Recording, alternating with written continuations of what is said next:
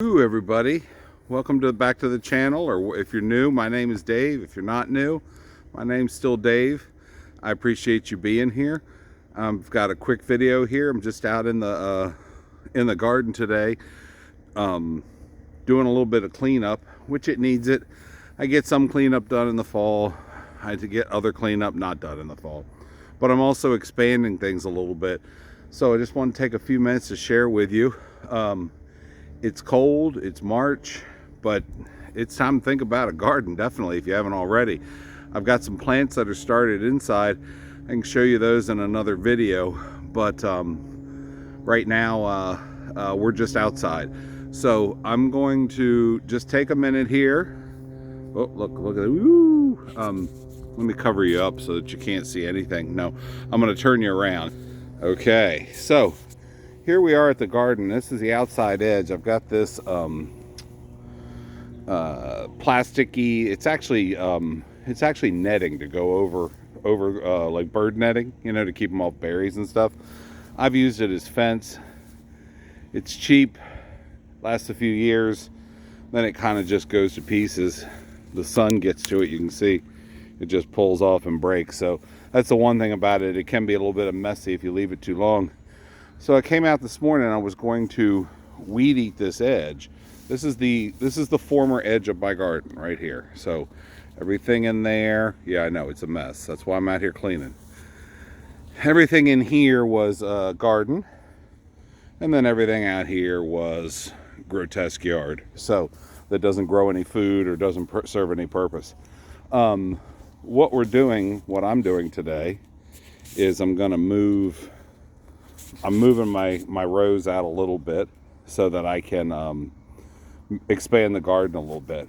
And simply what I wanted to show you was my soil, this soil here, where I live is absolutely, it's just brutal. It's solid clay. Summertime when it starts to harden up, you cannot dig. I have a 4-inch auger bit on my tractor, and it will not even penetrate this ground. It's so dense, it's so heavy, and it's so just awful. That's the best word for it as far as for planting and growing. So what I do is I do make raised beds.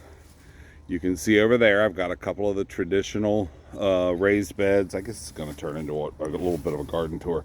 Got a couple of the traditional raised beds that everybody thinks about,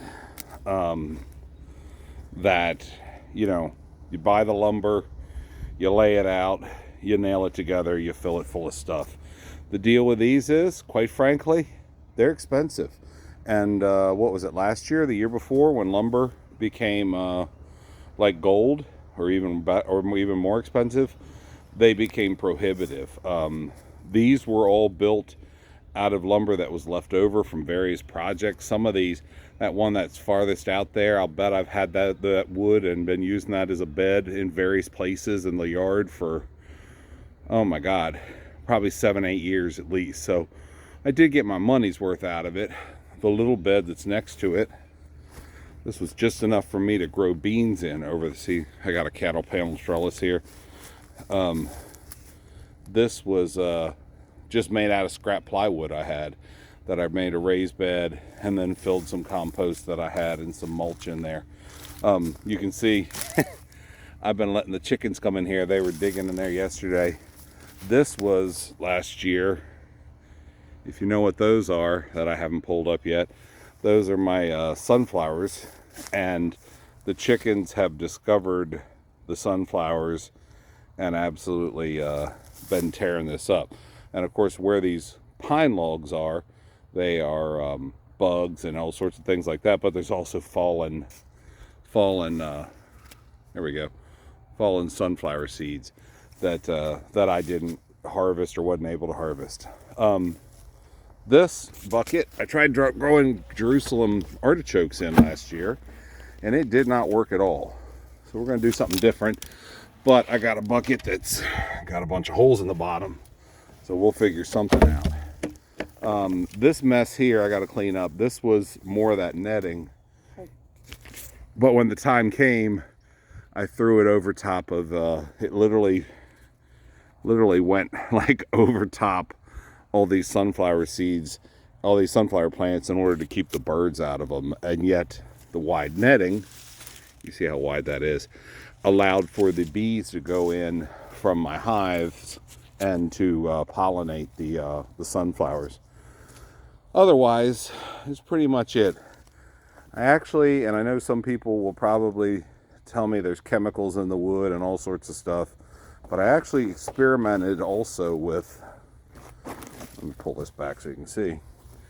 If you can see, those are 2 or 3 pallets, like right over to where that little ladder is. That ladder was for my trellising my mini cantaloupes last year. But there's a bed under here, and what it is literally pallets thrown down on the ground, and then mulch, homemade mulch that I got, mounded over top of it.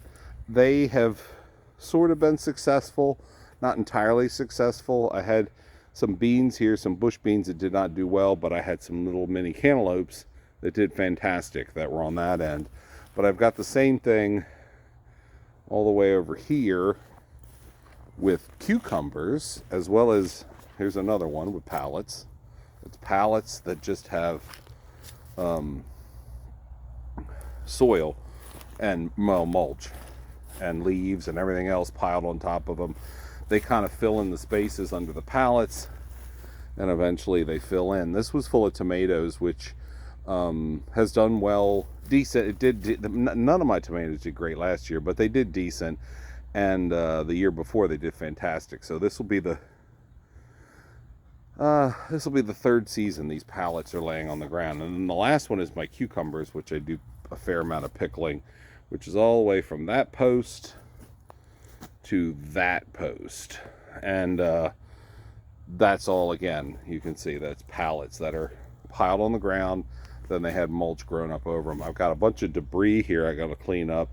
The guys came and actually, we had to have the sump pump and other stuff replaced under the house to keep the water, pump the water out, as well as what's called a French drain, which allows it to drain easier so you don't have water laying under your house. And they left a bit of a mess behind, so I got to clean that up. These were 3 more tubs that I had I had trellis beans in, Cherokee, what was it? Trailatiers, or Cherokee purple. And what I did was, these are some freebie posts, and I just simply TP'd them together with some wire that I had, and then each post, and then the whole thing has some of this mesh around it so that when the beans grew up, they could grow. This was old leftover fencing or something from Lowe's. I was blocking something off, probably from the dogs, and it's all busted up, but I used it to create like trellises, and then the beans grew up the post. I've got here, you can see more of that green mesh. I use it everywhere. This is my garlic, which I've thrown this over because the chickens are coming in here right now, and I don't want them scratching around that, and they do not like standing on top of that mesh with their feet. It's not good for, they're not appreciative, so that's a good thing. This is more garlic. This was Transylvanian, if someone knows their garlics. I don't remember what this one was. I'm not huge on keeping track of everything. Here's another little patch of garlic also, though, and I've got tons of garlic. Oh my God, I got so much garlic growing right now. This is Rojo. It was a soft neck, I believe. This is where I grew corn last year. Threw another dose of, this is a really high raised bed. It's deep. You see that? And I just was experimenting with different things. And again, this was just some scrap, what they call T111. It's like sheathing that goes around sheds. So just used it to make a bed. Probably would not make a bed that deep again, having done it. I would probably cut each of those in half and make 2 beds that were half as tall. This is where I've already planted some potatoes. I know it's early. Today's today's March 9th or 10th, and I planted them a couple days ago. A few of them had kind of popped up, and then we had some cold and they kind of withered back a little bit. But I do have this one guy here. They're a purple variety, and seems to be going pretty well. Compost, various debris, my bucket of, it's been sitting there over the winter. I don't know what you call it. It's sludge water, marsh water, swamp water. It's basically the old style of, I packed it full of green grass clippings, filled it full of water, and then would let it ferment. That's been sitting there stewing all winter long, so that should be exciting. So back to the original point of this video. So I'm doing these new beds because, as I said, my yard is just awful, and I'm fortunate to have access to a piece of property that my family has owned since the 70s. It's about 9 acres of woods, and we do manage the trees on it fairly well. And trees that are dead or dying we'll cut out and either use for firewood for our homes or for various other things. So one of the things that I use them for, and you might have noticed, a lot of these beds don't have like cut lumber from Lowe's, and I've really gone to doing this. I cut these last year, I think, and these are both from trees that is not the same tree, but they're from trees that were dying. They were dead in the top. The bark was starting to fall, and they were honestly just become a hazard because they're what's called a deadfall, and they can fall over in a wind or whatever. And if someone or something happens to be there, they can seriously hurt you. So I cut them down, cut them to length, and I use them as the borders for my beds. And it's a cheap and inexpensive way to border your beds, as opposed to buying a piece of lumber from Lowe's, even if, and treated lumber. I know it's not got quite the chemicals in it used to, but it's still got more chemicals in it compared to something like this. So these last a while. For example, that one was put in 3 years ago, that timber right there, and you can see it shows really no sign of having broken down much at all.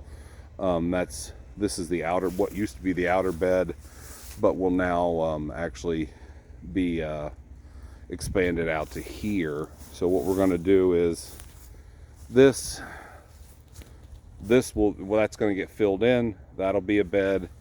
And then outside of this will be a pathway, and then I may put another bed out here, which would add about another probably another 2 feet by, I don't know, 20 feet. Probably add another 80 to 100 square feet of gardening space for me, and that's good because this year, having experimented with sweet potatoes last year and regular potatoes, I would really like to grow some more of those, and they're gonna require some space. So what was the point of this video? I hope you're still with me. Other than to just kind of walk around and show you my mess that I got to clean up. We all have messes in our garden. If you're serious about gardening, you got to get out there and clean it up so you're ready for when those warm days hit. You can just start putting plants in the ground. I've still got, as you can see, I've still got a ways to go. That little mess was from a bunch of tomatoes that were staked up there last year. And I used some more of those little wooden stake fencings to support them. There's alternatives, though, to using lumber for your beds. I've discussed several of them here. If you have access to wood or timber, I've got these. Sometimes if you have access to someone who has a sawmill type operation, they may have junk or cheap lumber that they're slab wood or whatever they're trying to get rid of. I've heard other YouTubers talk about getting that slab wood and using it for firewood for very cheap and all sorts of things like that. I don't have a lumber mill near me, so that's not an option. But there are the pallets. lay them down on the ground. Usually one side of a pallet has, if you look, one side of a pallet has wider spacing than the other. I put the wider spacing up. That gives the roots more room, and it actually gives you a row that you just plant right down the row. I have had no issues as far as putting them down and using them. I will say that I usually collect them. I collect the cleanest looking. Anything that looks like it's had something oily or disgusting spilled on it or anything like that, I don't use. Crazy as this may sound, the other thing I do also is I do sniff them, and you can tell if they have had something toxic or possibly petroleum based that is been spilled onto the pallet. I try to keep them as clean as possible when I collect them. And then the other thing I do is I do let them sit out for 3 or 4 months before I ever put them in the garden or put them on the ground. I have had no problems with plants growing in them. And the one thing I will say is that it seems like every year, and this year's worse because I've let the chickens in here and they've been just going to town, but every year it seems just weird that the mulch just kind of goes away, so you do have to kind of pile them up occasionally. We've always got the trusty tubs. Some of these tubs I inherited, some of them I did buy. If you're looking to save money, tubs are not really that cheap anymore. In fact, they're kind of grossly expensive at times, but they are an option that may be at times cheaper than lumber. I think lumber right now is pretty cheap. It's not doing anything stupid, and I suppose with the housing market currently not in the best of shape, that probably will continue for a while. But anyway, just some ideas. This you're looking at right now, this was a ladder to an old tree stand. If you know what a tree stand is, if you're a deer hunter or you know someone is, this was the ladder to a tree stand, and the tree stand was just beat. It was not safe to climb up in anymore, but the ladder part itself wasn't too bad. And so I took 2 pieces of the ladder, simply, you can see I got them zip tied here at the top where they would normally collect. Normally these 2 ends would snap together and it would be a ladder, you know, going up the tree.